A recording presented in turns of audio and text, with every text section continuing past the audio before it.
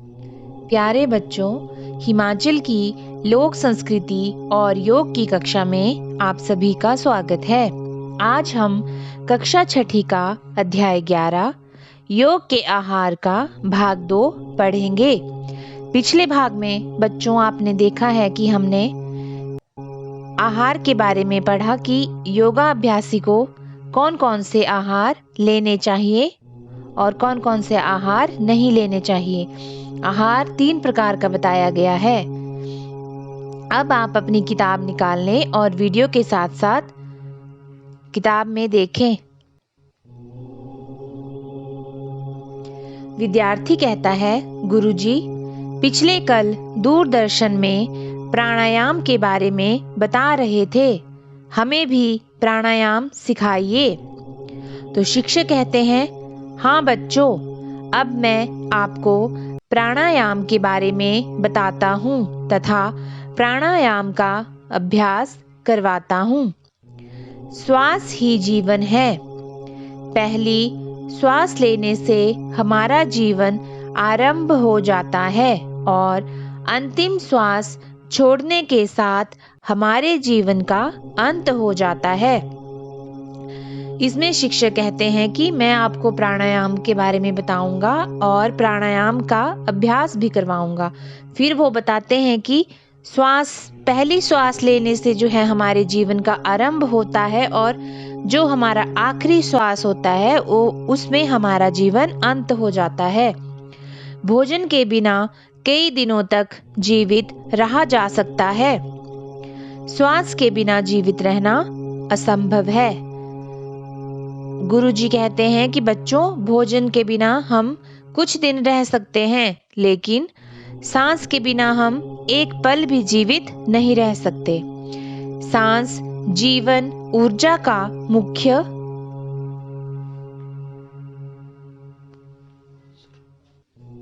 स्रोत है।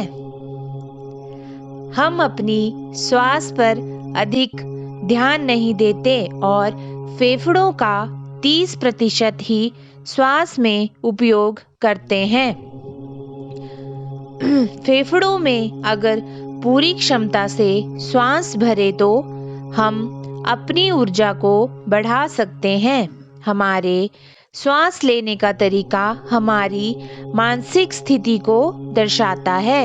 उदाहरण के लिए, जब हम क्रोध में होते हैं तो हमारी श्वास छोटी, तेज तथा अनियंत्रित हो जाती है। जब हम शांत होते हैं तो हमारी सांस शांत, गहरी तथा लंबी हो जाती है। श्वास के द्वारा हम अपने विचारों और मन को नियंत्रित कर सकते हैं। अब गुरुजी कहते हैं कि सांस हमारे जीवन का एक स्रोत है। हम अपनी श्वास पर अधिक ध्यान नहीं देते और सारा वजन जो है वो हमारे फेफड़ों पर पड़ता है। जब हम क्रोध में होते हैं तो हमारी सांस छोटी तथा अनियंत्रित हो जाती है। श्वास के द्वारा ही हम अपने विचार और मन को काबू में रख सकते हैं।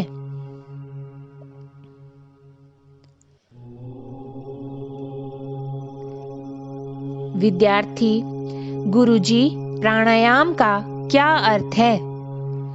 अब विद्यार्थी अपने गुरुजी से पूछता है कि गुरुजी, प्राणायाम का जो है अर्थ हमें बताओ। तो शिक्षक कहते हैं, बच्चों, प्राणायाम 2 शब्दों के मेल से बना है। प्राण जमा आयाम, अर्थात प्राणों का आयाम। अब शिक्षक बच्चों को बताते हैं कि जो हमारा प्राणायाम है वो 2 शब्दों को जोड़कर बनाया गया है, एक प्राण और एक आयाम।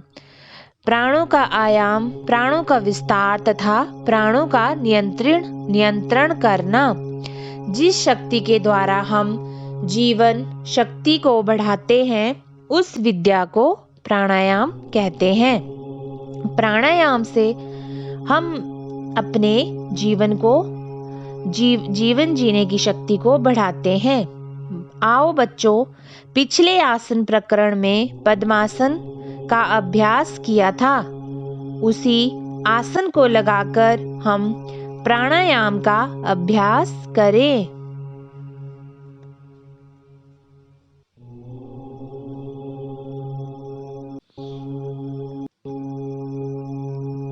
प्राणायाम का अभ्यास करने के लिए पद्मासन लगाएं। अब गुरुजी कहते हैं कि चलो बच्चों, हम प्राणायाम का अभ्यास करते हैं। प्राणायाम का अभ्यास करने के लिए हमें पद्मासन लगाना है। कमर तथा गर्दन को बिल्कुल एक सीध में रखें। हाथों को ज्ञान मुद्रा में रखें। सर्वप्रथम हम आपको यौगिक श्वास का तरीका बताएंगे। यौगिक श्वास में पहले फेफड़ों को पूर्णतया सांस बाहर निकालकर खाली करें तथा पेट को भी पिचकाएं। फिर यौगिक श्वास के लिए धीरे धीरे नाक से सांस भरें तथा फेफड़ों को भी फैलाएं। श्वास प्रक्रिया धीमी, गहरी व लय युक्त हो। अब गुरुजी कहते हैं कि बच्चों, जब हम प्राणायाम का अभ्यास करेंगे तो उसके लिए पद्मासन लगाओ। अपनी कमर और गर्दन को एक सीध में रखें और अपने हाथों को ज्ञान मुद्रा में लाएं। फिर पेट को पिचकाएं और यौगिक श्वास के लिए धीरे धीरे नाक से सांस भरें और अपने फेफड़ों को फैलाएं। अब विद्यार्थी कहता है, गुरुजी बहुत आनंद आ रहा है। यौगिक श्वास का भी यह पद्मासन है।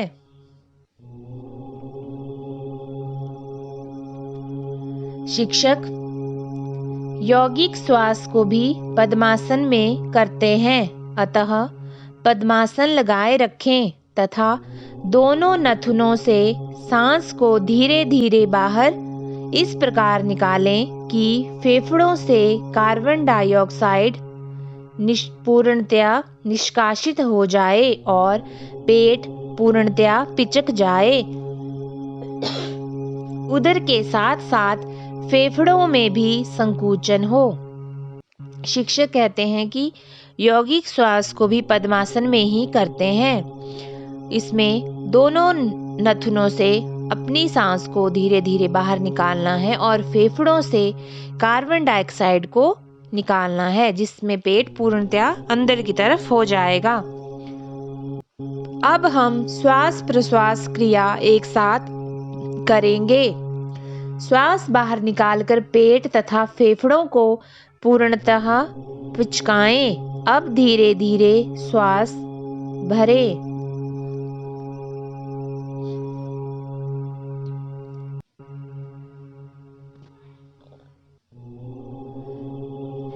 पहले बताई गई विधि के अनुसार भरें तथा श्वास बाहर छोड़ें। 5 से 10 बार इस क्रिया का अभ्यास करें। इसे डायफ्रामेटिक ब्रीदिंग भी कहते हैं।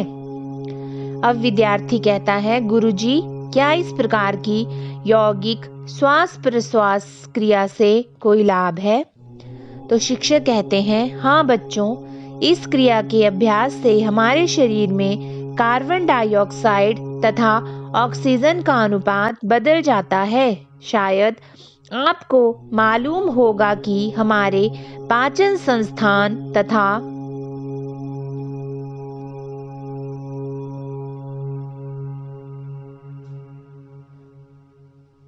श्वसन संस्थान के मध्य डायफ्राम यानी कि मध्य पटल है, जो कि सामान्यतः श्वसन विशेषकर फेफड़ों से सटा रहता है, जिससे दूषित वायु, कार्बन डाइऑक्साइड तथा नाइट्रोजन आसानी से बाहर नहीं निकलती। जब श्वास गहरा यानी उदर तक लिया जाता है तो डायफ्राम श्वसन संस्थान से हट जाता है तथा दूषित वायु खाली स्थान पर आ जाती है, और जब सांस बाहर छोड़ते हैं तो उदर पिचक जाता है तथा साथ ही डायफ्राम यानी कि मध्य पटल श्वसन संस्थान से चिपक जाता है और दूषित वायु बाहर निकल जाती है। अब गुरुजी कहते हैं कि हमारा जो श्वसन विशेषकर मध्य डायफ्राम जो है वो फेफड़ों से सटा रहता है, जिसकी वजह से हमारी जो कार्बन डाइऑक्साइड तथा नाइट्रोजन होती है वो बाहर नहीं निकल पाती है। जितना गहरा हम श्वास लेंगे तभी हमारा डायफ्राम जो है वो श्वसन संस्थान से हटेगा तथा दूषित वायु जो है वो खाली स्थान पर आएगी। और जब हम सांस बाहर छोड़ेंगे तो हमारा उदर जो है वो पिचक जाएगा और साथ ही डायफ्राम संस्थान से वो चिपक जाता है और जिससे दूषित वायु जो है वो बाहर निकल जाती है।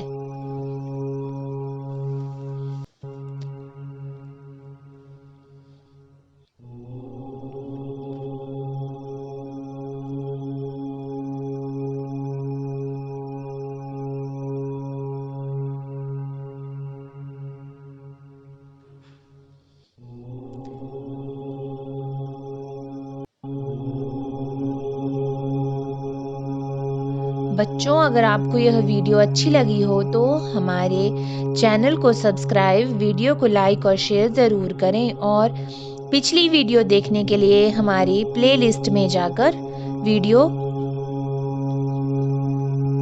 देखें। धन्यवाद।